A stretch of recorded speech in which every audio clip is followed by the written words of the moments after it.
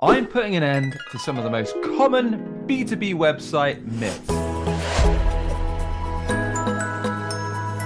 Hey, I'm Sam Dunning, co-owner over at webchoiceuk.com and host of the top 100 B2B marketing podcast, Business Growth Show. And if you haven't yet, check out my weekly emails where I share actual website and B2B marketing tips, useful podcasts, free goodies and more. Why not give it a shot over at businessgrowth.email. So coming in at myth number 1, we've got your website homepage headline should share how great you are, the awards you've won, or if you just raised funding, and essentially sharing how great you or your company is. Well, that's a load of BS. Us humans, we're pretty selfish beings when it comes to the core of it. We want to know quickly when we're landing on a website, what's in it for us, what is the problem you fix, or the benefit you're going to bring either personally to us or to our business. So why beat around the bush? Get to the point nice and quickly. As an example, on a site we've just launched for Tal Paparin, his homepage headline, it clearly states, crystal clear on exactly what he offers. So in his case, it's got a nice image of him, and then it's got a headline, VP of Sales and Strategic Business Development as a Service, hired by companies around the world to solve sales and growth challenges, consultant advisor helping CEOs and founders with aspects of sales and biz dev as the sub-headline. And then there's a call to action to book a call or view his results. And also above the fold, before you need to scroll down, he's got some brands that he's worked with. So it's clearly saying, look, I'm an outsourced VP of Sales and Strategic Business Development provider. This is a bit more about what I do. You can have an option to book a call or view my results. And then you've got some social proof all above the headline. Another example is our homepage headline. Straight away, we say web design, SEO, and web development to grow your business. Then we've got a call to action to view our work or contact us. So just getting to the point. And then a slightly different take for the We Have a Meeting. That's wehaveameeting.com site that we launched recently. They've gone for the problem-focused approach. So they've actually got 3 headlines, 3 main boxes on the top of their homepage. And the problems are you breaking into a new industry or sector? Are you not getting enough meetings with the right people? And the third box is not getting enough meetings, and each one's got a call to action that opens their form where you can put a bit more information about yourself, your problems, and then book a call with their team.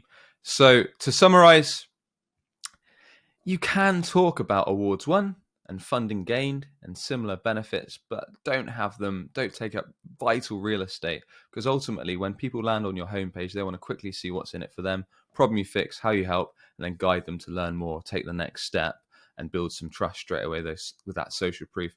They're not really too bothered that you just got a funding round or that you won an award, but you can put that later in the site, perhaps towards the footer or perhaps on your resources page or a relevant section. You can mention those things. Myth number 2 that I hear a lot is our website doesn't matter because all our work comes from word of mouth or referrals.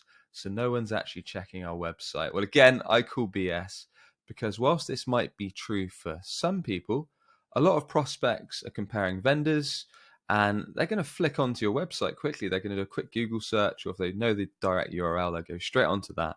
And chances are they want a site that's going to load nice and quickly, because if your website takes 5, 6, 7 or so seconds to load, they might just get frustrated, stop there and head to a competitor. If it doesn't quickly give them the information they need, i.e. your homepage headline clearly shares how you help the problem you fix, if they can flick through, check some of your results, whether that's looking at your portfolio or case studies or successful clients that you've helped, they're probably going to want to flick onto pricing and get a quick rough idea of service rates. Or if you're a SaaS company, then maybe 3 or so tiers that you provide. And then they're going to want a nice and easy way to contact sales, whether that's filling out a form or giving your team a call nice and easily. And if they get a bad impression, i.e. if the website looks terrible on mobile or tablet or PC, if it's really slow, if they can't find that key information they want to see around your offer, around your results, around your pricing, or if it's quite difficult to speak to sales, then they're going to get a bad taste in your mouth. It's going to give a poor first impression, and you might be missing out on business that you never knew you were going to gain, simply because those referrals, those people that have been recommended, got a poor first impression, and they might have just headed to a competitor that gave them a better experience with their website. So that's why it's so important you get your site right, you gear it up, and you show ideal clients what they want to see.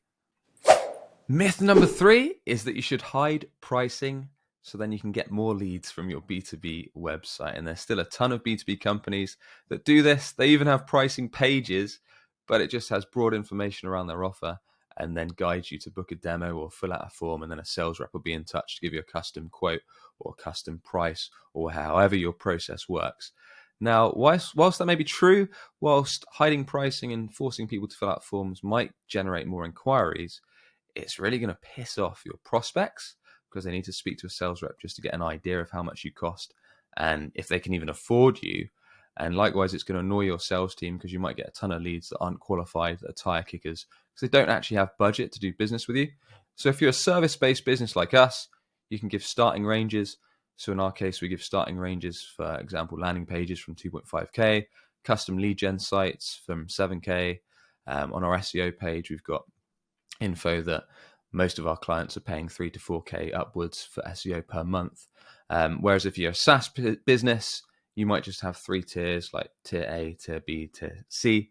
But the good thing about a pricing page is not only you can be transparent and show prospects that you're willing to give them a good idea if they can afford your offer and what's included, you can back up your pricing with social proof. So you could perhaps have video testimonials from happy clients.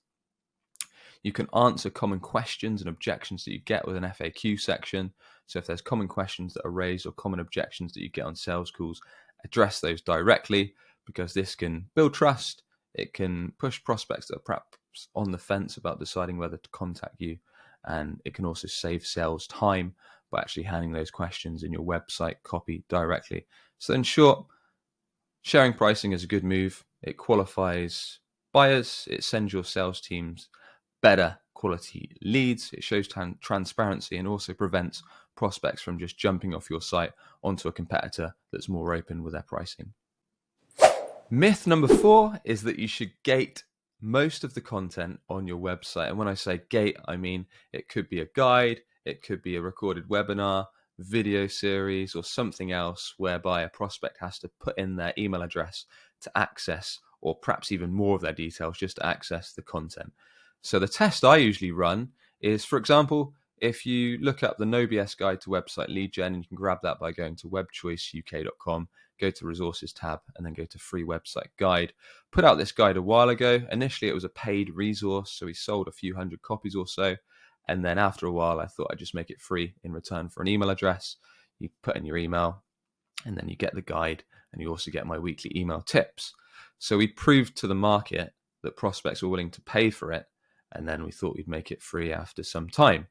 So that's a test I recommend, but that is the only piece of gated content we have. Everything else is freely available. And the advantage to that is it's not restrictive. So it's not stopping your ideal clients from consuming the content.